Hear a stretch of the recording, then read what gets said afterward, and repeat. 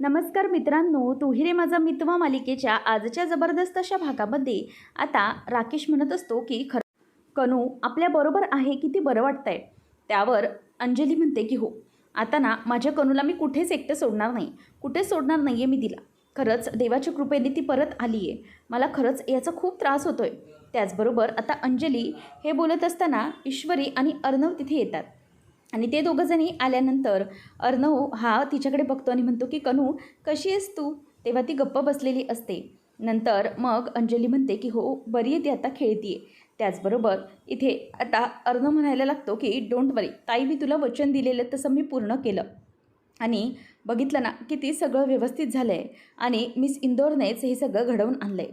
तेव्हा राकेश म्हणतो की हो, हे अगदी बरोबर आहे अर्णव साहेब तुमचं.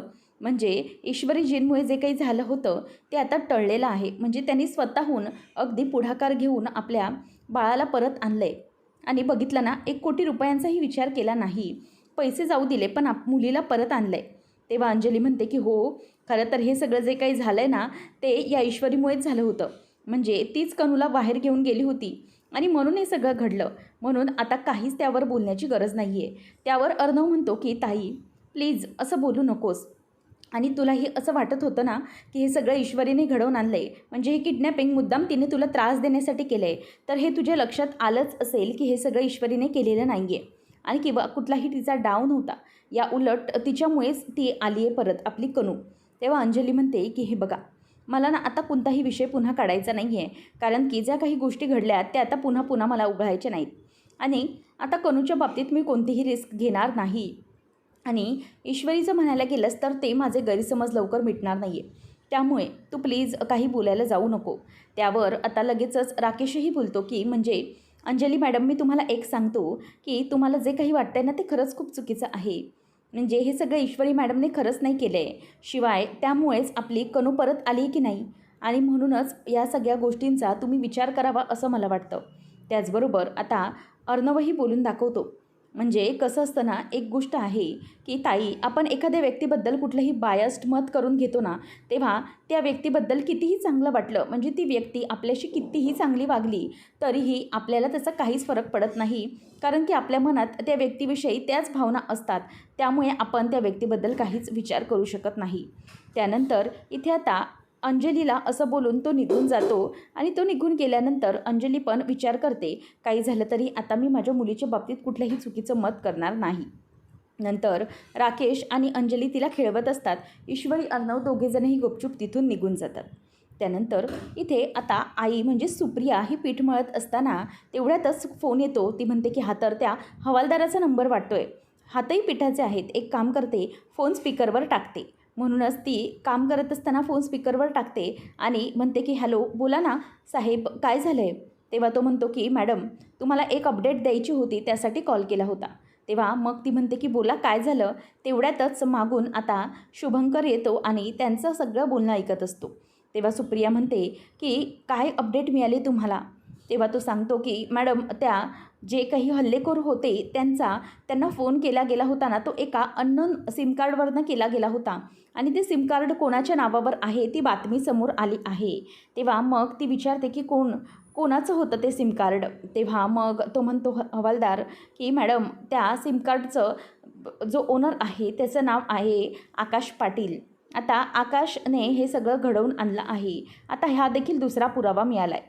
हे ऐकल्यानंतर आता लगेचच शुभू म्हणतो की अच्छा, म्हणजे हे सगळं घडवून आणणारा आमच्यामध्ये म्हणजे माझ्यावर हल्ला घडवणारा आकाश होता तर. तेव्हा हे ऐकून आता पुन्हा सुप्रियाला एकदा धसका बसतो. ती म्हणते की बरं ठीक आहे, मी बघते पुढे काय करायचं ते. तर हवालदार म्हणतात की आता आम्ही योग्य ती कारवाई करू, तुम्ही काळजी करू नका. त्यानंतर मग इथे सुप्रियालाही टेन्शन आलेलं असतं की पुढे आता काय करायचं. एकदा मला आकाशशी बोलून घेतलं पाहिजे असं तिच्या मनात येत असतं. नंतर आता अर्णव हा फोन म्हणजेच शिर्केंशी बोलून घेतो. शिर्के म्हणतात की सर, मी इथे पोलीस स्टेशनच्या बाहेरच आहे. तेव्हा मग अर्णव विचारतो की काही पत्ता म्हणजेच काही गोष्टी मिळाल्यात का, त्या किडनॅपर्सबद्दल काही माहिती मिळाली आहे, त्यांचं नाव समोर आलं आहे का. तेव्हा शिर्के म्हणतात की नाही, अजूनही तसं काहीच नाही आहे. म्हणजे मी बोललो आहे पण किडनॅपर्स कुठेच सापडले नाही आहेत. ॲक्च्युली पोलिसांनी सगळ्या बाजूने नाकाबंदी केलेली आहे, पण अजूनही ते किडनॅपर्स कुठेही सापडलेले नाही आहेत. नक्की तू कुठे आहेत ना, काहीच कळत नाही आहे. आता अर्णव म्हणतो की ओके शिर्के तुम्ही थांबा, मी बघतो पुढे काय करायचं ते. आता अर्णवच्याही डोक्याला टेन्शनच असतं. ईश्वरी विचार करत असते की नेमकं हे सगळं काय सुरू आहे, कोण असेल तो किडनॅपर. तेवढ्यातच ईश्वरीचं डोकं चालत नसतं. ती म्हणते की एक काम करावं लागेल, काहीतरी ठोस शोधावं लागेल, तोपर्यंत हे किडनॅपर सापडणार नाही. मिळणारच होतं नाव, परंतु तेवढ्यातच प्रॉब्लेम झाला. तर इथे राकेश फोनवर बाहेर बोलत असतो की तुम्ही गप्प बसा, तुम्ही प्रत्येक वेळेला मला असं धमकावू शकत नाही. माझे पण कॉन्टॅक्ट्स आहेत हां, ते कॉन्टॅक्ट्स वापरून मी पण काहीही करू शकतो. त्यामुळे प्लीज तुम्ही उगीचच माझ्या नादाला लागू नका, समजलं. आणि हे सगळं ईश्वरी ऐकते आणि ईश्वरी म्हणते की हे काय, हा तर मला राकेशचा आवाज वाटतोय आणि राकेश हे सगळं काय बोलतोय. म्हणजे एक गोष्ट समजत नाही आहे की राकेश नक्की मेमरी गेल्याचं नाटक करतोय, हा तर अगदी व्यवस्थितपणे एखाद्याशी भांडल्यासारखा बोलतोय. नक्की काय आहे हे ईश्वरीला काहीच कळत नसतं. तेवढ्यातच आता अर्णव या गोष्टीचा विचार करत असतो, कर्णिकाचा. तेवढ्यात ईश्वरी सर करत आतमध्ये येते. तेव्हा तो पटकन दचकतो. ईश्वरी म्हणते की सॉरी सर, ॲक्च्युली मला बोलायचं होतं. अर्णव म्हणतो मिस इंदोर, ही काही बोलण्याची पद्धत झाली आहे का? अगं तू किती पटापट आतमध्ये येऊन बोललीस, तुला काही कळतं का? त्यावेळेला ती म्हणते की सर आता ना तुम्ही माझ्याशी भांडतच बसणार आहात का? या आपल्या झगड्यामध्ये ना मला जे काही बोलायचं ना तो मुद्दा बाजूलाच राहील. मला काहीतरी तुम्हाला सांगायचं होतं, बातमी द्यायची होती. तेव्हा तो म्हणतो की ओके बोल आता काय झाले. तेव्हा ईश्वरी म्हणते की सर मगाशी ना राकेश फोनवर बाहेर बोलत होता, म्हणजे ना हे सगळं तो विचित्र पद्धतीनेच बोलत होता. मला जरा त्याच्यावरती शंका येते. तेव्हा मग अर्णव विचारतो की म्हणजे नक्की तो काय बोलत होता, कशाबद्दल बोलत होता. तेव्हा मग अर्णव म्हणतो की तुला नक्की काही कळत नाही, उगीचच येते आपली सर करत बोलायला. मुद्दा तर तुझा बाजूलाच राहतो. एक्झॅक्टली काय बोलत होता तो. तेव्हा आता लगेचच ईश्वरी म्हणते की अर्णव सर तुम्हाला माहिती आहे का, एक गोष्ट मला तुम्हाला सांगायची आहे. ती म्हणजे की हे सगळं जे काही सुरू आहे ना त्यामध्ये ना मला राकेशचा जरा काहीतरी डाव वाटतोय. आता ना तो फोनवर बोलत होता, म्हणजे ना मला तुम्ही धमकावू नका, माझे पण भरपूर कॉन्टॅक्ट्स आहेत. मला असं वाटतंय की कदाचित तो पैशासंदर्भात काहीतरी बोलत होता.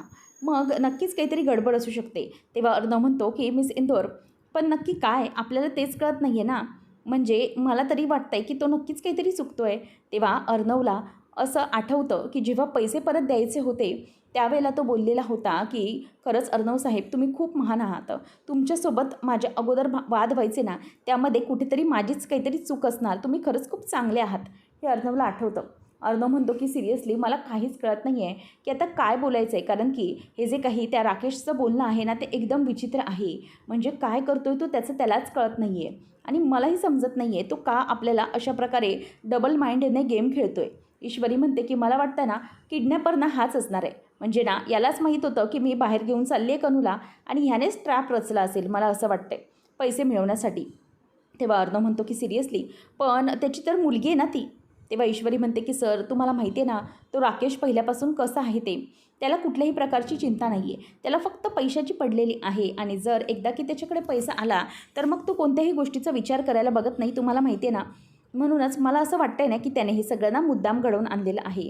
हे सगळं तो मुद्दाम करतोय, म्हणजे एकदा की त्याला पैसे मिळाले का मग त्याला काय मतलब आहे. तेव्हा ईश्वरी म्हणते की सर हे सगळं ना माहीत पडायलाच पाहिजे. आता ना आपल्याला एक शेवटचा घाव घालावा लागेल, त्यानंतरच आपल्याला लक्षात येईल. तेव्हा अर्णव म्हणतो की काय, कशाबद्दल बोलतेस तू आणि काय करणार आहेस तू. तेव्हा आता ईश्वरी म्हणते की माझ्या डोक्यात असं प्लॅनिंग सुरू आहे ना की आपण एक काम करायचं, म्हणजे तुम्हाला माहिती आहे ना राकेश माझ्याबद्दल काय आणि कसा विचार करतो त्याचाच वापर करून. अर्णव म्हणतो की shut up, just shut up miss Indore, मी असं काही होऊ देणार नाही आहे. तेव्हा ईश्वरी म्हणते की सर प्लीज आपल्याकडे एकच उपाय आहे. तेव्हा तो म्हणतो की नो, असं मी काही करू देणार नाही आहे. मिस इंदोर तुला माहिती आहे ना या बाबतीत मी किती इन्सिक्युअर होतो ते.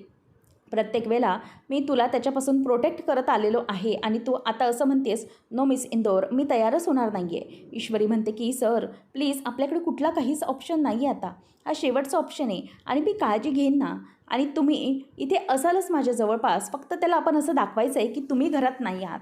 आपल्याला फक्त तसं चित्र उभं करायचं आहे, बाकी काहीही नाही. तेव्हा तो म्हणतो की मिस इंदोर पण दुसरं काहीच ऑप्शन नाही आहे का. ईश्वरी म्हणते की सर नाही ना, माझं प्लीज ऐका, आपण अगदी व्यवस्थितपणे हे सगळं करूया. आणि जर आपण त्याची नियत बघू शकलो नाही ना सर, तर मात्र आपल्याला हा घरातल्यानं किती दिवस आणखी फसवत राहणार आहे ना काहीच माहीत नाही आहे. त्यामुळे आपण आता एकच काम करूया सर की आपल्याला लवकरात लवकर त्याच्याबद्दलचं सत्य माहीत करून घेतलं पाहिजेच.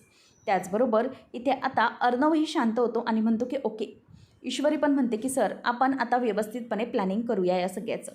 तर आकाश त्याच्या रूममध्ये येतो आणि विचार करत असतो की हे सगळं घडवण्याचं काम हे त्यानेच केलं आहे. आकाश ते म्हणजे आत्तापर्यंत मी समजत होतो त्या गोष्टी वेगळ्याच होत्या.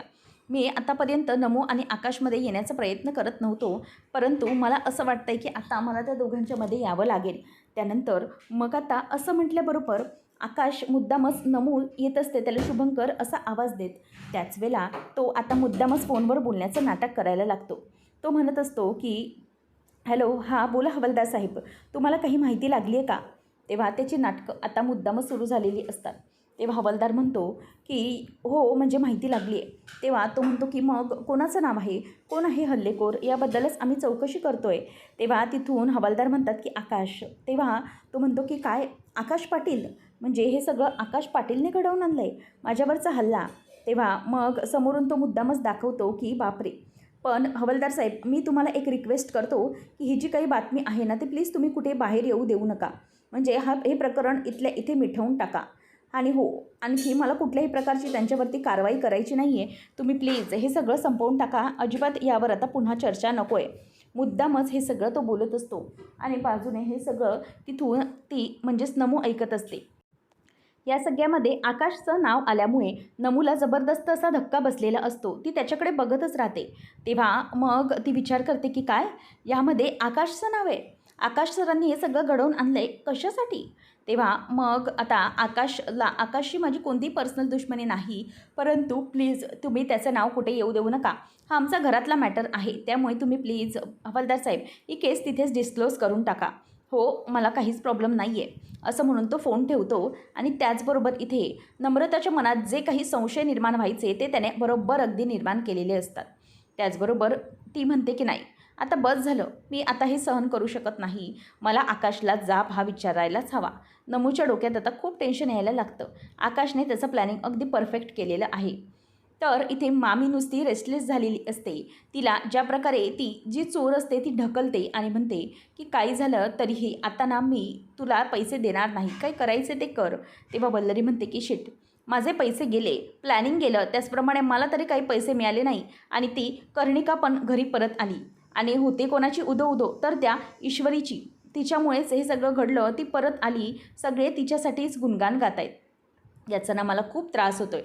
तेवढ्यातच मामा येतो आणि म्हणतो की काय गं वल्लरी, इकडून तिकडे फेऱ्या का मारतेस? मला कळत नाही आहे, म्हणजे तुला इतकं कसला विचार करतेस तू? तेव्हा वल्लरी म्हणते की तुम्ही गप्प बसाव जरा. तेव्हा तो म्हणतो की नाही गं, म्हणजे ना सगळं आता व्यवस्थित तर आहे, कर्णिका परत घरी आली आहे, सगळे प्रॉब्लेम सुटले आहेत, मग तू इतका का विचार करतेस? तू तर इतकं असं टेन्शन घेतेस ना, जणू काय कर्णिकाचं किडनॅपिंग ना तूच घडवून आणलं होतं. तेव्हा असं म्हटल्यावर ती म्हणते की काय हो, तुम्ही पण काही बडबडता, गप्प बसा जरा, म्हणजे तुमचं ना काही वेगळंच असतं. तेव्हा मामा म्हणतो की मग मी तुला आणखी काय बोलणार? अगं तू इतका विचार करत का बसली आहेस? घरी जर ती परत आली आहे तर इतका विचार करण्याची गरज नव्हती ना. तेव्हा वल्लरी म्हणते तुम्ही ना जरा काहीच बोलू नका, तुम्ही गप्प बसा, तुमच्याशी ना मला काहीच बोलण्याची इच्छा नाही आहे, समजलं? तेव्हा मामा म्हणतो की अगं हो, मला तरी कुठे बोलायचं आहे, परंतु तुझा चेहरा पडलेला दिसला ना म्हणूनच मी बोलले, बाकी काही नाही. आणि खरं बघायला गेलं तर ईश्वरीमुळेच हे सगळं घडलं आहे. तेव्हा ती म्हणते की हो हो, त्याचाच त्रास होतो ना मला, म्हणजे बायकोला कुठे लागलं आहे, खुपलं आहे हे विचारणं तर दूरच राहिलं तुमचं, परंतु सारखं सारखं सगळेजणं त्या ईश्वरीचं गुणगान करत आहेत. तीच बाहेर घेऊन गेली होती ना खरं तर, त्याच्यामुळेच घडलं हे सगळं. तेव्हा मामा म्हणतो की नाही नाही वल्लरी, अगं तिच्यामुळे काहीच घडलेलं नाही आहे, या उलट ना ती सगळं काही व्यवस्थित करत होती. तिने कनूला पण वाचवलं होतं आणि 1 कोटी रुपये पण वाचवले होते, पण तुझ्या गडबडीमुळे ते 1 कोटी रुपये गेले पाण्यामध्ये. तू मध्ये आलीस ना त्यामुळे सगळं घडलं. तेव्हा ती म्हणते की अच्छा, म्हणजे आता माझ्यामुळे प्रॉब्लेम झाला आहे, तर इतके दिवस मी इतकं बघत होते तिचं आणि आता माझ्यामुळे प्रॉब्लेम. आणि त्याचप्रमाणे मी तुमच्याबरोबर आले कारण मला काळजी वाटत होती, मी माझा स्वतःचा जीव धोक्यात घातला आणि तुम्ही मात्र काय बोललात मला?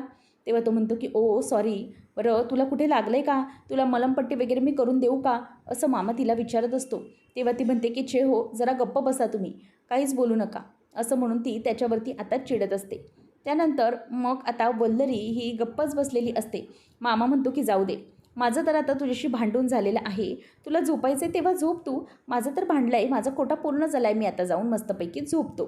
तेव्हा मामा निघून जातो आणि वल्लरीला पुन्हा एकदा चिडचिड होत असते. त्यानंतर इथे आता सगळेजण टेन्शनमध्ये असतात. आकाशबद्दल जी काही गैरसमजाची बातमी असते ती नमूला पण समजलेली असते.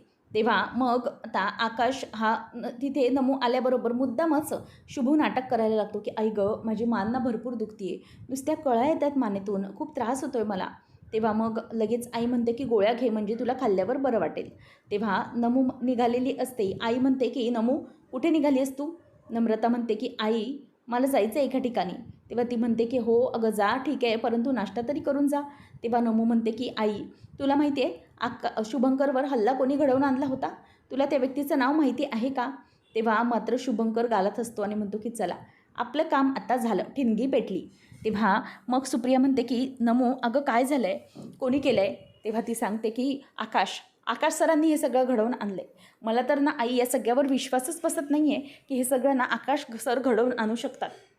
ते असं कसं संशय घेऊ शकतात आमच्या मैत्रीवर? तेव्हा ईश्वरीची आई म्हणते की हो नमो अगं तू जरा शांत हो, याच्यावर असं वाद घालून काहीच होणार नाही आहे. ती म्हणते की आई अगं मग मी किती गप्प बसायचं आहे, मला त्यांना जाब विचारायचंच आहे की त्यांनी हे सगळं का केलं आहे. तेव्हा आई म्हणते की हो अगं शांतपणे बोलूया आपण यावर, त्यांना मी बोलवलं आहे, आपण बोलूया याविषयी त्यांच्यावर नक्की त्यांच्या मनात काय आहे हे जाणून घेऊया. आता तू तडकाफडकी त्यांच्या घरी अशी निघून गेलीस आणि त्यांना जाब विचारलास तर ते चुकीचं ठरू शकतं. तिथे परिस्थिती काय आहे हे आपल्याला माहीत आहे ना. त्यांच्या घरात खूप प्रॉब्लेम सुरू आहेत आणि त्यामध्ये आपण उगीच का जायचे? तेव्हा मग ती म्हणते की आई हेच तर सुरू आहे ना पहिल्यापासून, त्यांचे घरचे प्रॉब्लेम्स. अगं त्यांचे प्रॉब्लेम संपतच नाही आहेत, एकावर एक सुरू आहेत. मग आपण आपले मुद्दे मांडायचेच नाही आहेत का? किती काही झालं तरीही मला आता वैतागच आला आहे. म्हणजे प्रत्येक वेळेला तुला इश्यू, तिच्या घरचे प्रॉब्लेम्स हे सगळं दिसत असतं. तुला माझ्याविषयी काही वाटतं की नाही? म्हणजे मी काय सहन करते हे तुला कळतं आहे की नाही? आई म्हणते की अगं असं कसं म्हणतेस नमू तू, मला कसं काही वाटणार नाही. अगं आई आपल्या मुलांमध्ये कधी कोणता भेदभाव करते का गं? तेव्हा नमू म्हणते की आई हेच तर आहे ना, पण तुला प्रत्येक वेळेला माझी बाजू का समजत नाही? तू हाच विचार करतेस की किती काही झालं तरीही इशूच्या घरी प्रॉब्लेम आहेत, पण आपलेही काहीतरी प्रॉब्लेम्स असूच शकतात ना. हे सगळं शुभंकरच्या बाबतीत त्याने का घडवून आणलं? तर त्याला आमच्याविषयी इन्सिक्युअर वाटलं असेल म्हणून. पण मला आता हे सहन होण्यापलीकडचं आहे, या बाबतीत मला काहीतरी केलं पाहिजेच. आई म्हणते की हो अगं आपण बोलूया, मी तुला बोलते ना याबद्दल, पण तू असं डायरेक्ट भांडायला गेल्यासारखी त्यांच्याकडे जाऊन बोलू नकोस. यामुळे वेगळे काहीतरी परिणाम होऊ शकतात, याचा विचार तू कर. तेव्हा शुभंकर म्हणतो की हे बघ मला माहिती आहे नमू तुला असं वाईट वाटतंय, पण काकू जे काही बोलते ना ते अगदी बरोबर आहे. त्याला जर तसं वाटले असेल तर ठीक आहे, आपण त्याचा गैरसमज दूर करूया. पण प्लीज तू आता त्याच्याशी काही बोलायला जाऊ नकोस. उगीचच तुमच्यामध्ये आणखी वाद वाढतील आणि त्या वादाचं प्रकरण, वादाचं सगळं काही तुमच्या नात्यावर येऊन टेपेल. तेव्हा मग आई म्हणते की का मी पण तेच समजवते पण तिला कळत नाही आहे. तेव्हा नमू म्हणते की नाही आई बस झालं आता, मला नाही सगळं आता सहन होण्यापलीकडचं आहे, मी नाही सहन करू शकत हे सगळं. हे जे काही ते वागतायत ना, नाही मी विचारच करू शकत नाही की ते असे वागू शकतात. तेव्हा आई म्हणते की अगं मी तुला सांगितलं ना की आकाशला मी बोलावलं आहे बोलण्यासाठी, ते इथे येणार आहेत. मग आता नमू म्हणते की नाही मी तर काही वाट बघू शकत नाही, मी आता जाणारच आहे. आणि आकाश असं म्हटल्याबरोबर ती समोर बघते तर आकाश दरवाजात येऊन हजर झालेला आहे. आकाशला बघितल्यानंतर आता नमू अगदी गप्प होऊन जाते आणि त्याचबरोबर आकाशला पाहून तिला आणखीनच राग उफाळून येत असतो. ती समोरून आता आकाश जवळ येऊन उभी राहते. तेव्हा मग तो विचारतो की नम्रता काय झालं, तू मला आवाज दिलास म्हणजे माझ्याबद्दल काही बोलणं इथे सुरू होतं का, असं तो विचारतो. तेव्हा तावातावाने आता नम्रता चालत चालत त्याच्यापर्यंत जाते आणि म्हणते की आकाश सर मला सांगा हे सगळं का घडवलं तुम्ही? तो म्हणतो की काय काय बोलतेस तू नमू? तेव्हा ती म्हणते की आकाश सर मला सांगा की तुम्ही शुभंकरवर हल्ला घडवून आणलात, त्याला मारण्याचा प्रयत्न केलात तुम्ही गुंड पाठवून. तेव्हा तो म्हणतो की व्हॉट नॉनसेन्स, काही काय बडबडतेस तू, अगं हे असं का करीन मी? तेव्हा ती म्हणते की मला तुमच्याकडून याचं उत्तर हवं आहे की हे सगळं का केलं तुम्ही?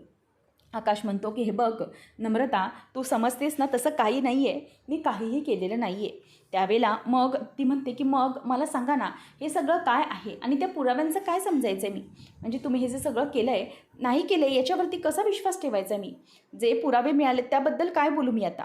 तेव्हा आकाश म्हणतो की हे बघ नम्रता तू काही बोलू नकोस, तुला कोणी काही बोललं आणि त्याच्यावरती तू विश्वास ठेवलास?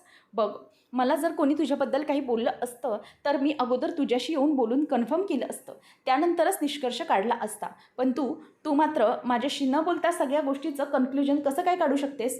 तू मला विचारलंस काही की सगळं मी केलं आहे, तू अगोदरच माझ्यावरती दोष देऊन मोकळी झालीस? तेव्हा ती म्हणते की हो, झाली आहे मोकळी, कारण की मला असं खरंच वाटलं नव्हतं की तुम्ही असाही विचार करू शकता. म्हणजे तुम्ही माझ्या आणि शुभूच्या नात्याबद्दल गैरसमज विचार केलात. म्हणजे तुम्ही आमच्याबद्दल इन्सिक्युअर झालात.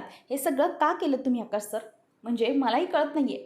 मी इतकं सगळं क्लिअर राहूनही तुमच्या मनात असा विचार येऊच कसा शकतो?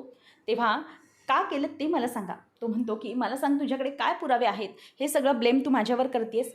तेव्हा ती म्हणते की हो, आहेत पुरावे.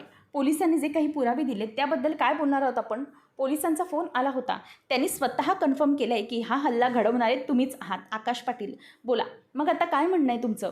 तेव्हा तो म्हणतो की नो, असं अजिबातच झालेलं नाही आहे. आणि नमो, मला असं वाटतंय ना की तू खूप जास्त टोकाचा निर्णय घेतेस. असं मी काही केलेलं नसताना उगीचच तू माझ्यावरती नको ते आरोप लावतेस.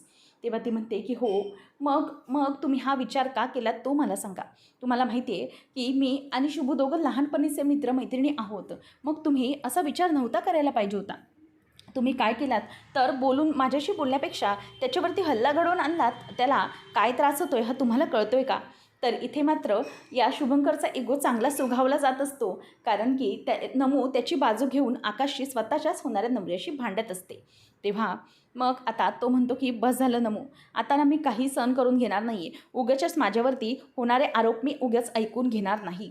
मी काहीच बोलत नाही आहे म्हणून तू खूप जास्त बोलत चालली आहे. परंतु एक गोष्ट विचार कर, किती काही झालं ना तरीही मी जे केलं नाही ना त्याबद्दल मी अजिबात ॲक्सेप्ट करणार नाही. तेव्हा मग ती म्हणते की मलाही वाटत होतं की खरंच तुम्ही चांगले आहात. म्हणजे ना तुम्ही आहात टिपिकल विचार करणार नाही आहात. तुम्ही मित्र किंवा काही गोष्टी समजून घेऊ शकता. परंतु तुम्हीही तसेच राहिलात दुसऱ्या मुलांसारखे की जे चुकीचा विचार करता. म्हणजे आमच्या मैत्रीबद्दलही तुम्ही टिपिकल बॉयफ्रेंडसारखेच वागलेले आहात. बाकी काय आहे? बाकी तर तुम्ही ते घडवून आणले जे तुम्हाला घडवायचे होते. तेव्हा नमूला तो म्हणतो की बस बस कर आता. त्याचबरोबर आता तो म्हणायला लागतो की जेव्हापासून मी तुला भेटलो आहे ना तेव्हापासून 100 वेळा नाही तर 1000 वेळा नुसतं त्या शुभंकरचं नाव ऐकलेलं आहे.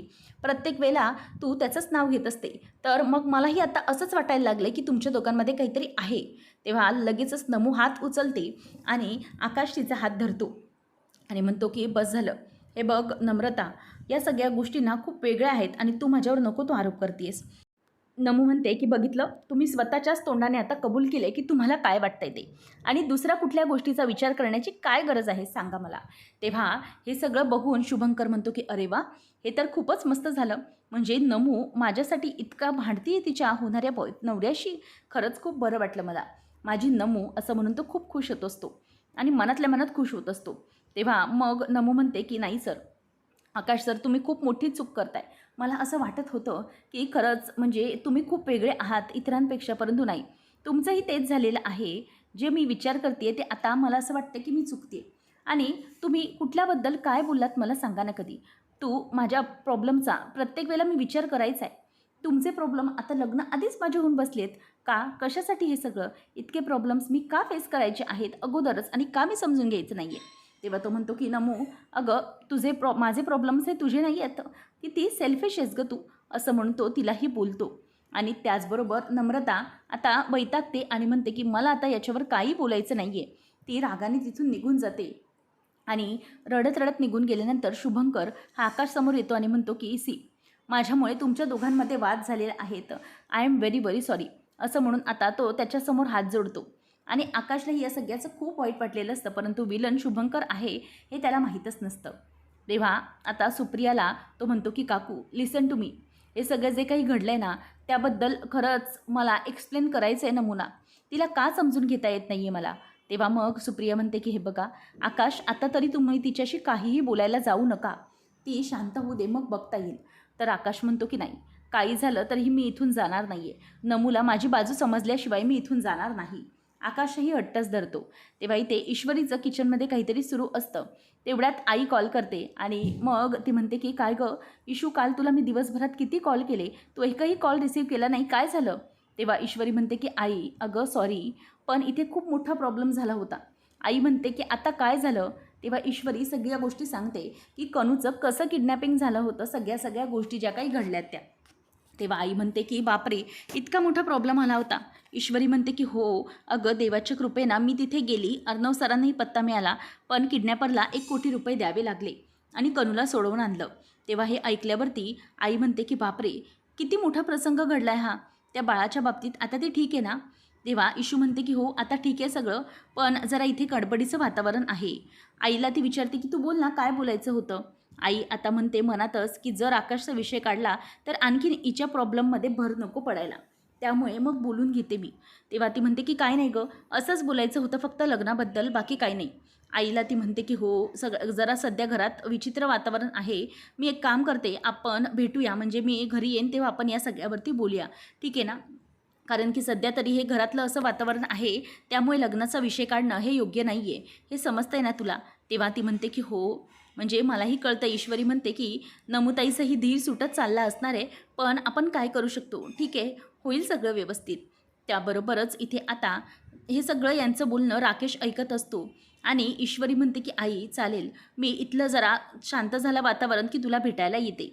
नंतर मग तेवढ्यातच आता ईश्वरी फोन ठेवून निघणार, राकेश पटकन समोर येतो. ईश्वरी दचकते आणि म्हणते की बोला, काय झालं आहे तुम्हाला?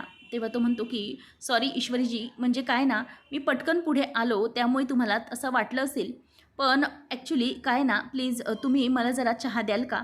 म्हणजे तुम्ही फोनवर बोलत होतात म्हणून स्वतःच घ्यायला येत होतो, पण समोरून अचानक आलात तुम्ही, सॉरी. तेव्हा ती म्हणते की हो हो थांबा, मी देते तुम्हाला चहा. त्यावेळेला मग आता तो म्हणतो की त्याचं काय ना, माझ्याकडे खूप वर्कलोड आहे, पण मला अर्णव साहेबांनी सांगितलं की मी घरी बसूनच काम करू शकतो, त्यामुळे जरा रिलीफ आहे, मग तुम्ही मला द्याल का?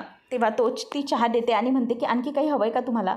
तेव्हा तो म्हणतो की नको थँक्यू आणि तिथून निघून जातो. पुढच्या भागामध्ये ईश्वरीचा आणि अर्णवचा प्लॅन ठरल्याप्रमाणे ईश्वरी दुधाचा ग्लास घेऊन त्याच्याजवळ येते आणि त्याला म्हणते की हे घ्या. तेव्हा तो पटकन तिच्याकडे बघतो आणि उठून दरवाजा उघडतो आणि तो दरवाजा उघडल्यानंतर आता दरवाजा बंद झाल्यामुळे उघडून टाकतो आणि म्हणतो की त्याचं काय ना, म्हणजे कोणताही प्रॉब्लेम नको यायला, कारण तुम्ही आणि मी दोघंजणी इथे एकटेच आहोत, उगीचच कोणाच्याही मनात काही गैरसमज निर्माण व्हायला नको, आणि तसंही परस्त्री ही मातेसमान असते, त्यामुळे उगीचच कुठलाही गैरसमज नको, असं आता ईश्वरीला तो बोलून दाखवतो आणि नंतर तिच्याकडून तो ग्लास घेतो. त्याचबरोबर ईश्वरी आता पूर्ण धक्क्यात जाते. ईश्वरी आता अर्णवला येऊन म्हणते की सर, आपण चुकत आहोत, खरंच राकेशचा मेमरी लॉस झाला आहे, तो खरंच खूप चांगला वागत आहे. त्यानंतर मग इथे राकेश आता मनातच विचार करतो की वा, मी मात्र माझा प्लॅनिंगमध्ये पूर्णपणे यशस्वी झालो. एप्रिल फूल आणि आता माझ्यामुळे होणार ईश्वरी आणि अर्णवची बत्ती गुल, असं म्हणून तो खूपच जास्त मनामध्ये खुश होत असतो. त्यानंतर पुढे आता काय घडणार आहे, ईश्वरी आणि अर्णव खरंच त्याच्या प्लॅनमध्ये पूर्णपणे फसले जाणार आहेत का, हे पाहणं अगदी रंजकतेचं ठरणार आहे. अशाच अपडेट्ससाठी चॅनलला नक्की सबस्क्राईब करा. धन्यवाद.